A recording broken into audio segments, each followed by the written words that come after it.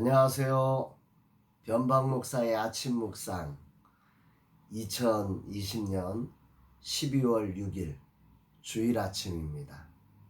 오늘도 주 안에서 복된 하나님의 은혜가 풍성한 우리 하나님 앞에 예배자로 발견되는 거룩한 주일 되시기를 주님의 이름으로 축복합니다. 오늘은 에가서 5장 1절로 22절 긴 말씀이지만 에가서를 마감하면서 오늘도 주님이 왕이시다 이런 제목으로 함께 말씀의 묵상을 나누도록 하겠습니다. 거룩한 주일 아침, 오늘을 저는 20주년을 맞은 작은 교회를 격려하는 예배의 자리에 초대를 받았습니다. 자금의 현장에서 지치지 않고 열정적인 모습으로 건강하게 목양해 오신 존경하는 목사님과 훌륭한 성도들을 만나서 함께 예배하는 자리입니다. 정말 주님 앞에 이런 기도가 나옵니다. 20년을 하루처럼 달려온 이 거룩한 교회를 주님 축복해 주옵소서. 자금을 희망으로 바꾸며 달려온 20년의 몸부림을 주께서 받아주시고 하늘 문을 열어 주옵소서. 이런 기도가 나오는 그런 아침입니다. 오늘 주님은 어떤 말씀으로 저를 인도하실까? 오늘 본문에는 예루살렘의 비극적 상황에 대한 탄식들과 함께 예레미야가 그 비극적 상황들을 가지고 하나님 앞에 나아가 기도로 탄식을 기도로 올려드리는 장면이 오늘 본문의 전체적인 내용입니다. 오늘 1절을 보시면 여호와여 우리가 당한 것을 기억하시고 우리가 받은 치욕을 살펴보옵소서. 하나님 앞에 이 하나님을 떠남으로 범죄함으로 하나님의 진노 아래서 당한 이스라엘에 당한 것들을 하나님 앞에 이렇게 상달하고 그 받는 치욕들을 이렇게 올려드리면서 하나님 보시고 긍휼을 베풀어 달라고 하는 그런 기도의 시작인 거죠. 절망의 자리에서 이렇게 기도하는 사람, 중보의 사람이 있다는 것은 참으로 복된 일입니다. 요한일서에서 사도 요한이 너희에게 대언자이신 예수님이 계시다. 이걸 꼭 너희들이 알아야 한다. 이런 말씀을 외쳤던 말씀이 생각나기도 합니다. 예레미야는 절망적인 이스라엘의 삶의 자리에서 하나님 앞에 나아가 이 모든 상황을 중보하며 올려드리면서 긍휼을 구하고 있는 것입니다. 그러면서 주님이 기억하시고 살펴야 될 상황들을 나열하고 있는데 이 나열하는 2절로 5절의 말씀들 이렇게 보면 그동안 너무 당연한 것들이 이제 당연하지 않게 변해버린 상황들을 고백을 하고 있습니다. 읽어드립니다. 우리의 기업이 외인들에게 우리의 집들도 이방인들에게 돌아갔나이다. 우리는 아버지 없는 고아들이 오며 우리 어머니는 과부들 같으니 우리가 은을 주고 물을 마시며 값을 주고 나무들을 가져오며 우리를 뒤쫓는 자들이 우리의 목을 눌러 싸우니 우리가 기진하여 쉴 수 없나이다. 잘 살펴보면 당연히 땅과 집이 우리 거잖아요. 아니 그런 줄 알고 살았는데 이게 다 넘어가 버려. 심지어 물도 은을 주고 사야 하고 나무도 값을 주어야만 그 땔감을 얻어 살아갈 수 있는 그 어느 것 하나 당연한 것이 없는 세상이 되어버렸고 그게 막 숨막혀 쉴 수조차 없다고 이 예레미야는 오늘 고백하고 있는 것입니다.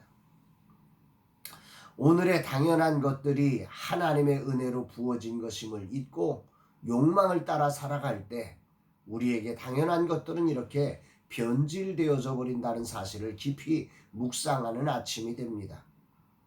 정말 이런 기도가 나오는 거죠. 주님, 당연한 것을 감격하며 소중히 여기는 하루가 되게 하옵소서. 이렇게 기도하던 예레미야는 다시 이 죄악들의 이유를 하나님 앞에 자백합니다. 6절 7절이지요.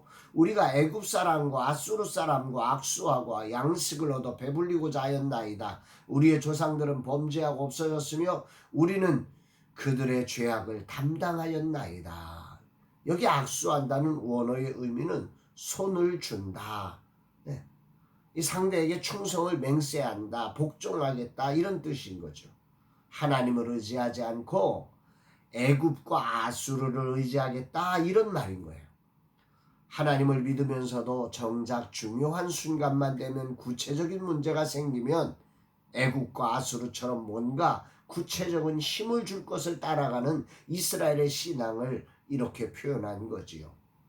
돈이란 문제 앞에 서기만 하면 하나님을 찾지 않고 돈이 있는 사람을 찾아서 구걸하는 그런 거지가 되어버린 이스라엘의 모습을 고백하고 있는 것입니다. 그러나 아무도 그들을 도와줄 자가 없다고 합니다.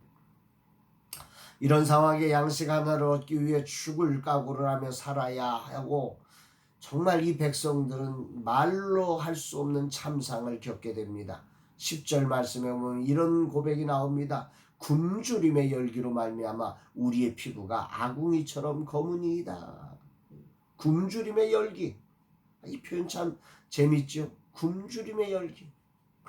이 배고픔을 참기 위해, 배고픔을 해결하기 위해서 뭐 안 해본 일이 없는 거죠. 그러다 보니 그 아궁이, 장작을 팬 아궁이에 시커먼 그 흐름이 그 아궁이 앞에 이렇게 생기듯 그 인생이 뙤약볕 아래 그 굶주림을 해결하기 위해 살아가느라고 온 얼굴빛이 다 시커매버린 그 고생한 흔적들이 이스라엘 백성들에게 나타났다는 이야기지. 더욱더 참을 수 없는 것은 대적자들에 의해서 부녀자들이 유다의 각성에서 처녀들을 학대하고 강간하는 정말 성노예가 되어버리는 안타까운 일들까지 벌어졌음을 고백합니다. 그러면서 예레미야는 15절에 이렇게 고백합니다. 우리의 마음에는 기쁨이 그쳤고 우리의 춤은 변하여 슬픔이 되었사오니. 춤이 변하여 슬픔이 되었, 춤춰야 하는 순간이 탄식의 자리로 바뀐 것입니다. 이때 이런 절망적 상황에서 예레미야 선지자는 위대한 고백을 올려드립니다. 오늘의 요절 말씀입니다. 19절 말씀. 여호와여 주는 영원히 계시오며 주의 보좌는 대대에 이르리이다. 예레미야는 이런 상황에서 엄청난 고백을 하는 것입니다. 메시지 성경은 이를 느낌 있게 이렇게 번역을 합니다. 하나님, 그러나 주께서는 지금도 왕이십니다.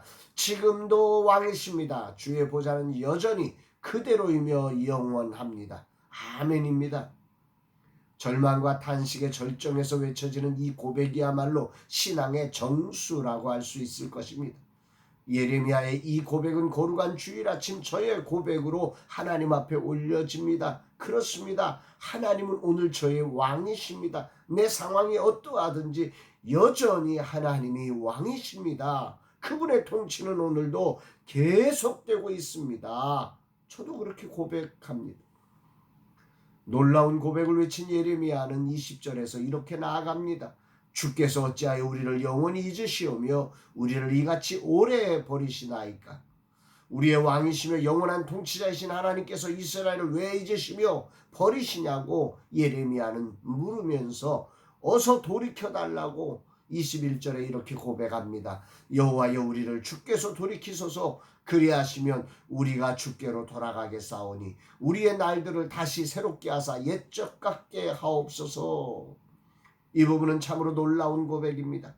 예레미야는 주께로 돌아간다는 것이 하나님의 돌이키심이 없으면 불가능한 인간의 노력으로는 할 수 없는 문제임을 그는 분명히 고백하며 오직 구원이 하나님의 은혜 안에 있음을 고백하고 있는 것입니다. 오늘 주님은 우리에게 무엇을 말씀하시는 걸까? 나에게 무엇을 말씀하시는 걸까? 예레미야 애가서를 마감하면서 주님은 두 가지 저에게 큰 울림을 주는 말씀을 허락하고 계십니다. 하나는 이 세상에 당연한 것은 없다는 거죠. 하나님의 은혜가, 하나님의 손길이 미치지 않은 게 하나도 없다. 하나님의 은혜가 담겨진 거다. 하나님의 사랑이 담겨진 거다. 하나님의 능력이 담겨진 거다. 이렇게 말씀하는 것이요. 찬양의 가사, 그 어느 것 하나 주의 손길 안 미친 것 전혀 없네.